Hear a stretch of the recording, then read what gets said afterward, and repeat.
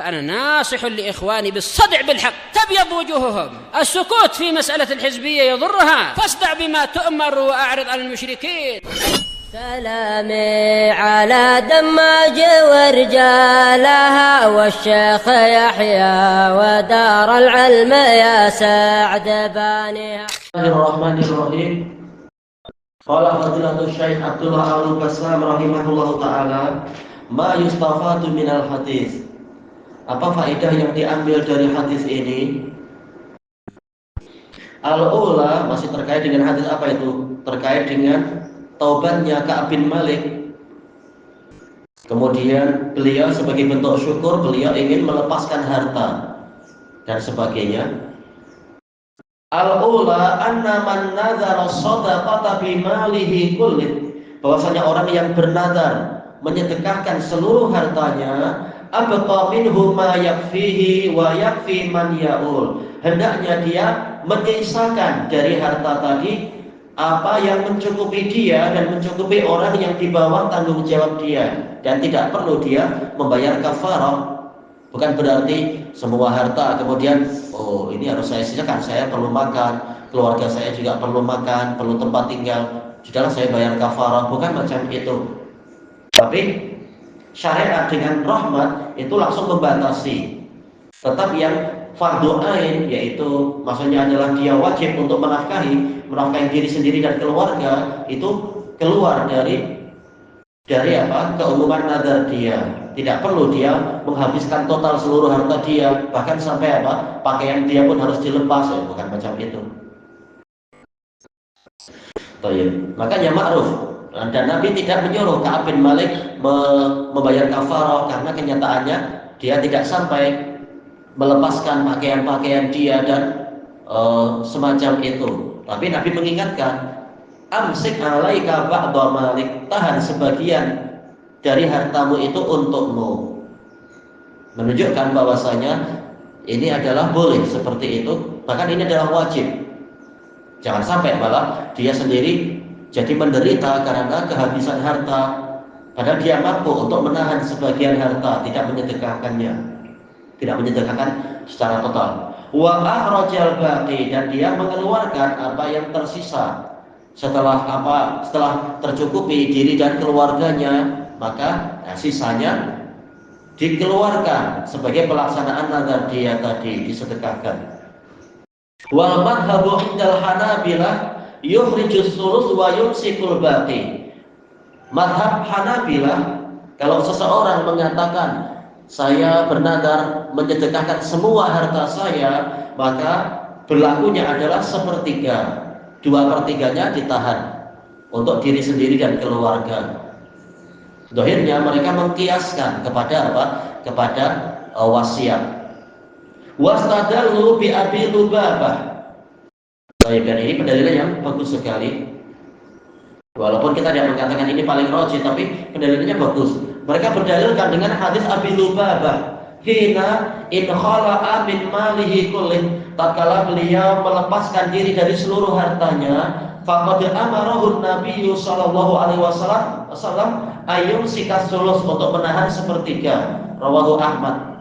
Dohirnya adalah terkait dengan pengkhianatan. Ya, sahabat secara individual tidak maksum, tetapi manhaj mereka adalah maksum karena ditazkiyah oleh Allah dan Rasulnya. Tatkala Abu Lubabah ditanya oleh orang-orang Bani Quraidah, apa keputusan Muhammad kepada kami? Maka dia mengisyaratkan ke leher, yaitu apa? Kalian akan dipenggal. Padahal Nabi menyuruh jangan bagi tahu mereka dulu. Nanti akan ada hukum secara jelas. Tapi Abu Lubabah cuma ditugaskan mencari data ini dan itu, jangan menceritakan apa yang tidak layak diceritakan. Ternyata dia mengisyaratkan itu. Setelah itu dia menyesal, merasa mengkhianati Rasulullah, maka dia tidak datang kepada Nabi, langsung dia mengikatkan badannya ke tiang Masjid Nabawi, dan dia bertekad tidak akan melepaskan diri sampai Nabi Muhammad lah yang melepaskannya, karena dia merasa sangat malu kepada Nabi. Kalau tidak, dia akan terus menghukum diri seperti itu, kecuali waktu sholat. Nah, sebagian keluarganya melepaskannya karena ini fardu ain, masalah sholat. Tatkala turun wahyu yang ada di dalam surat At-Taubah juga itu, khalatu amalan sholihan wa akhara sayyi'a asallahu ayyafuwa anhum, dan seterusnya itu. Maka kemudian apa? Rasulullah SAW datang melepaskan tali dia. Karena sebelumnya Nabi mengatakan seandainya dia datang kepada saya, maka saya akan memohonkan pengampunan. Tapi karena dia menghukum dirinya, ya sudah, kita tunggu sampai Allah yang memberikan keputusan.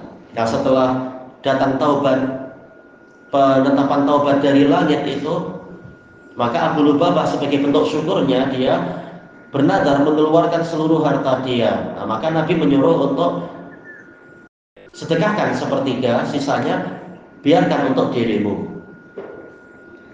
Kemudian wal qaulul awal aula. Pendapat pertama itu lebih utama, bukan sepertiga atau apa, tapi lihat apa yang mencukupi. Terutama kalau keluarganya besar, nafkahnya, tanggung jawabnya banyak, boleh jadi kalau hanya menahan 2/3 itu tidak cukup masih. Maka apa? Ya sudah, tahan lebih banyak lagi, mungkin sedekahkan 1/8 mungkin. Jadi tidak dibatasi sepertiga atau berapa. Adapun hadis Abi Lubabah ini Nabi tidak membatasi hanya sepertiga, tetapi beliau melihat keperluan Abu Lubabah. Nabi tahu, ya sudah, 2/3 cukup untukmu, sepertiganya sedekahkan. Baik. Makanya yang dirajihkan oleh si pensyarah di sini, Fadilatul Syekh Al-Bassam rahimahullah taala, bukan angka sepertiganya, tetapi apa yang mencukupi dia macam mana, sisanya lah yang disedekahkan. Wa aqrabu ila mafhumi syari' min qissatika, lebih dekat kepada apa yang dipahami oleh pembuat syariat atau pembawa syariat dari hadis Ka'ab. Nabi tidak menyuruh sepertiga, tapi Nabi mengatakan ba'dha malik, sebagian hartamu, lihat apa yang mencukupi. Baik. Wa li'annahu lamma nadara kulla malik, dan juga karena Ka'ab bin Malik tatkala beliau menadarkan seluruh hartanya, sara alladhi biqadri nafaqatihil wajibah kal mustathna syar'an. Jadilah bagian harta yang sesuai dengan kadar nafkah yang sifatnya wajibah itu bagaikan sesuatu yang diperkecualikan secara syariat, langsung dibatasi oleh syariat. Tak boleh dengan alasan melaksanakan nadar akhirnya membiarkan diri sendiri mati kelaparan, atau istrinya jadi menderita, anaknya jadi terbengkalai. Tak boleh. Syariat telah membatasi nadar tadi dan melindungi hak orang-orang yang wajib ditunaikan haknya. Fala yajuzu tasarrufu fi, maka tidak boleh dia melakukan pengelolaan di kewajiban yang itu, yaitu mengambil. Tidak seperti ya namanya orang yang jahat, orang yang sudah kecanduan khamar atau kecanduan dada, demi mendapatkan itu dia rela mengambil harta yang mestinya itu nafkah istrinya, nafkah anaknya. Seperti yang di Yaman banyak sekali, gara-gara sudah kecanduan qad, nafkah istrinya diambil, nafkah anaknya juga diambil, akhirnya anak istrinya kelaparan karena sudah kecanduan. Atau yang katanya banyak terjadi di Cina, atau mungkin bukan hanya Cina ya, di berbagai negara yang orangnya kecanduan judi, nafkah untuk istrinya diambil, nafkah anaknya diambil untuk dijudikan sekalian, dipertaruhkan. Bahkan mungkin apa? Istrinya dan anaknya digadaikan, dijual demi mendapatkan harta lewat perjudian. Alhamdulillah. Ini penganiayaan yang sangat besar. Padahal apa? Haram. Nafkah yang wajibah itu malah diambil untuk keperluan yang lain, kecuali dengan keridhaan anggota keluarga, bukan paksaan. Kama lau nadara siyama sanah, sebagaimana jika dia bernadar puasa 1 tahun. Misalkan apa itu? Nadar tu'an asuma dahra, saya bernadar berpuasa dahar itu adalah 1 tahun menurut dalil-dalil yang rajihah sahihah.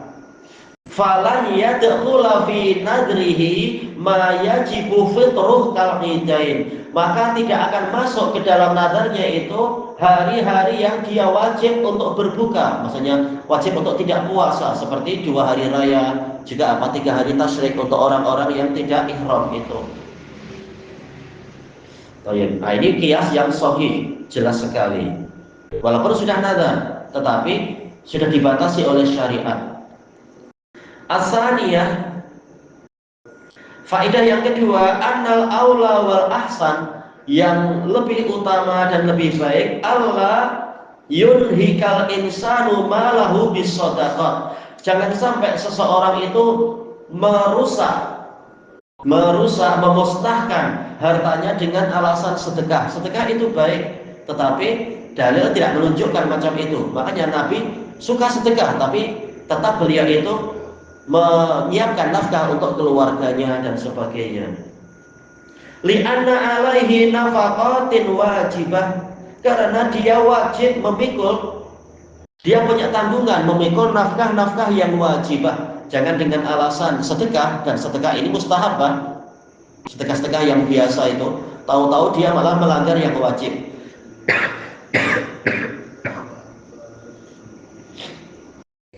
Wa Nabiyyu sallallahu alaihi wasallam yaqul, sementara Nabi sallallahu alaihi wasallam telah mengatakan, ibda' bi nafsika summa biman ta'ul. Mulailah nafkah kepada dirimu sendiri, kemudian kepada orang yang engkau pikul nafkahnya, pikul tanggung jawabnya itu.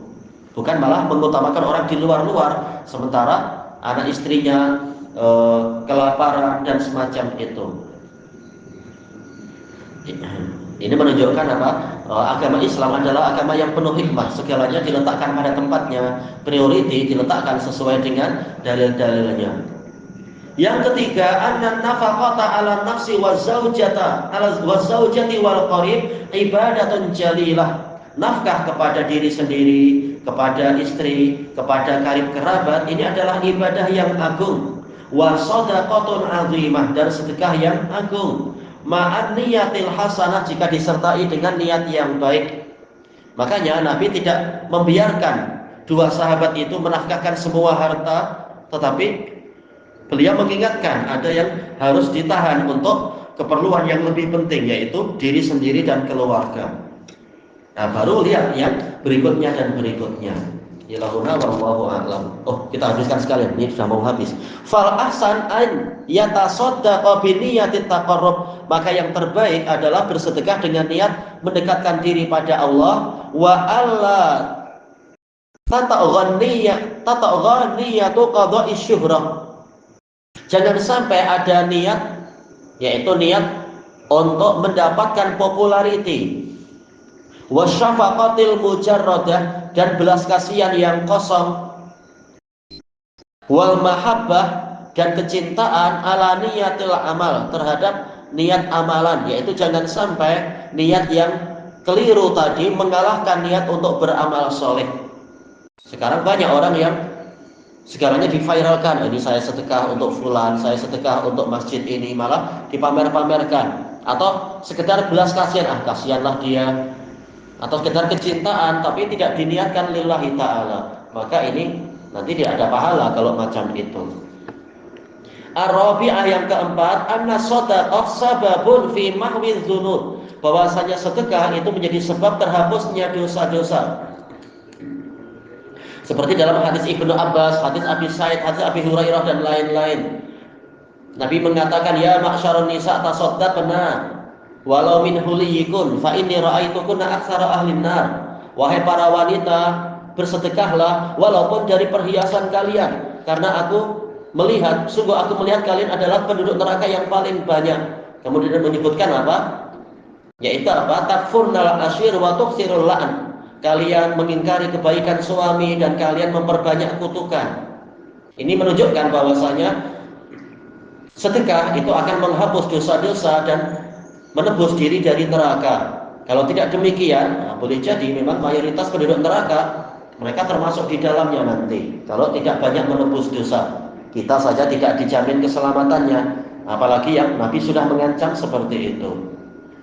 Lima fiha min ridha Rabbi tabaraka wa ta'ala, karena di dalam sedekah ada keridhaan kepada Allah tabaraka wa ta'ala. Ya, Allah ta'ala ridha, Allah suka.